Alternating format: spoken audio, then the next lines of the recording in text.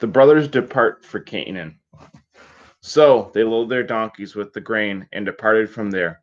But as one of them opened his sack to give his donkey feed at the encampment, he saw his money, and there it was, in the mouth of his sack.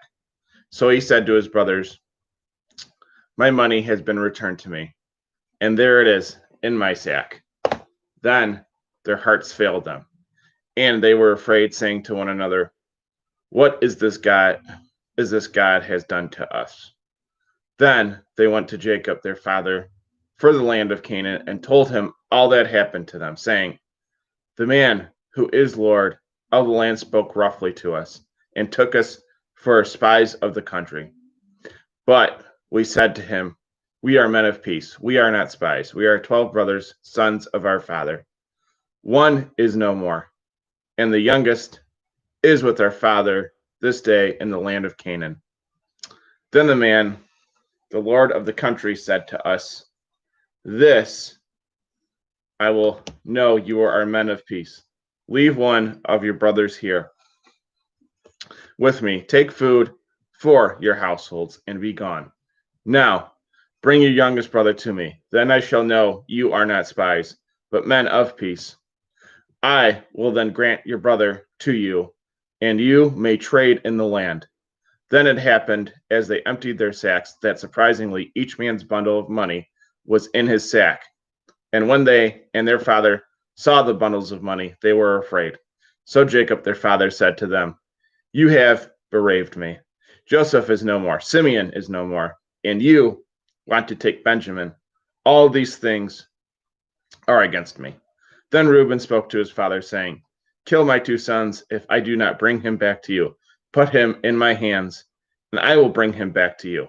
But he said, my son shall not go down with you, for his brother is dead, and he is left alone. If any calamity should befall him along the way in which you go, then you would bring down my gray hair with sorrow to the grave.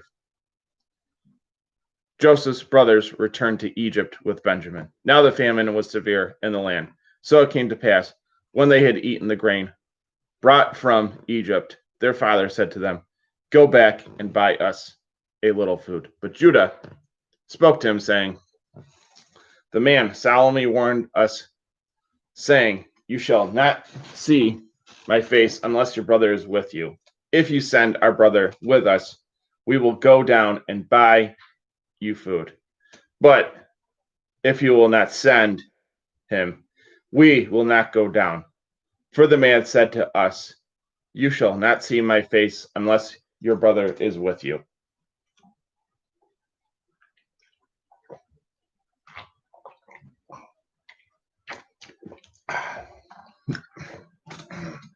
Then Israel said, why did you deal so wrongfully with me as to tell the man whether you had yet another brother? But they said, the man asked us pointedly about ourselves and our family, saying, is your father still alive? Have you another brother? Thus we replied to him according to these words. Could we possibly have known he would say, bring your brother down? Then Judah said to Israel his father, send the lad with me, and we will arise and go, that we may live and not die, both we and you and all we have. I myself will be surety for him.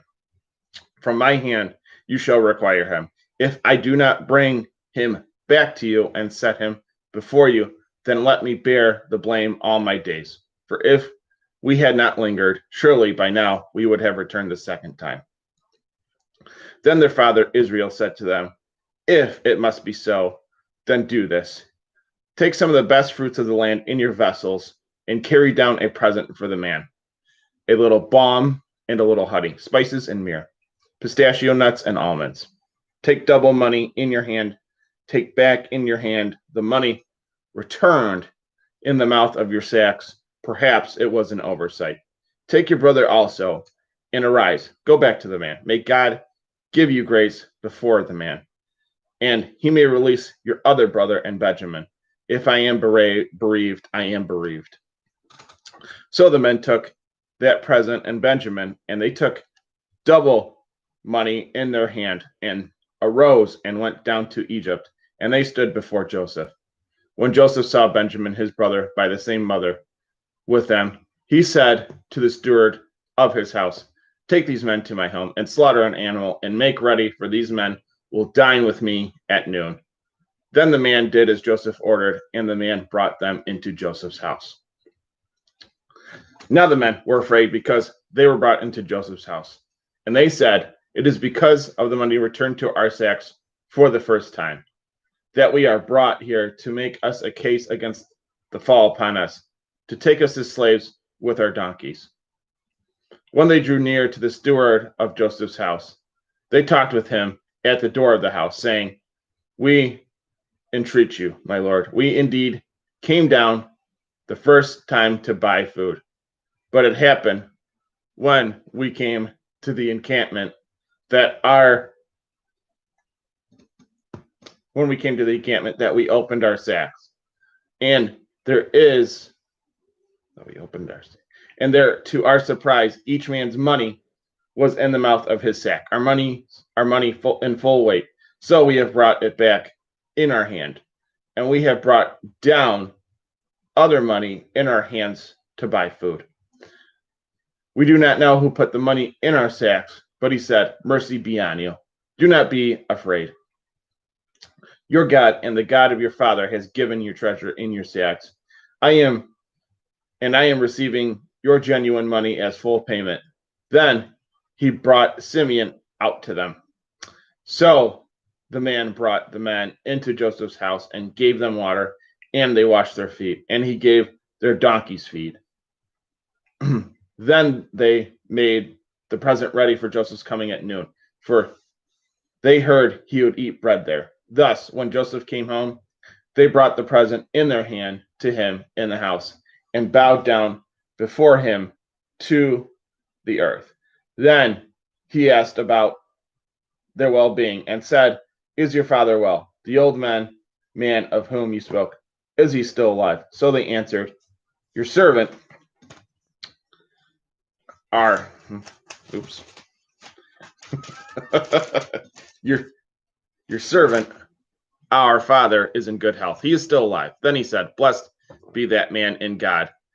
And they bowed their heads down and prostrated themselves. Then Joseph lifted his eyes and saw his brother Benjamin, his mother's son, and said, "Is this your younger brother you said you would bring to me?" So he said, "My God, grant you mercy, my son."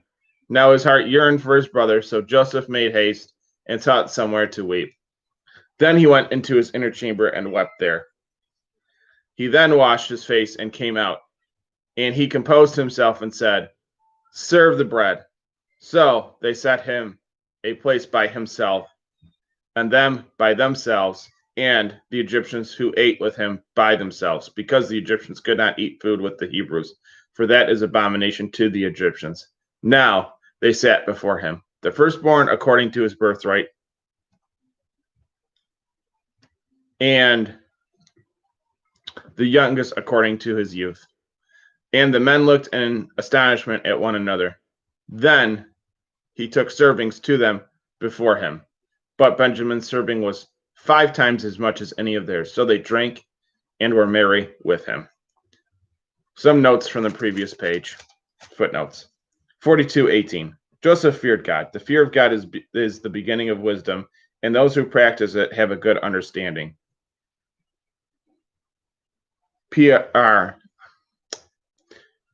Proverbs 1:7.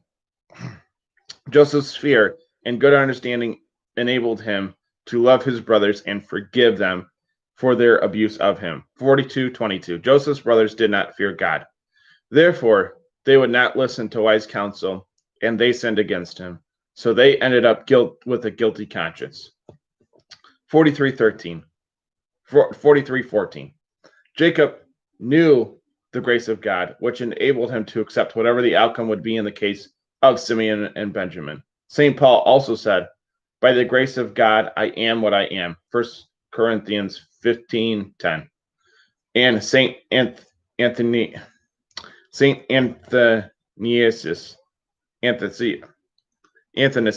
the Great said that man fell into death because he abandoned the grace of God, the Word. 43:18. Their God, their guilty consciences, wow.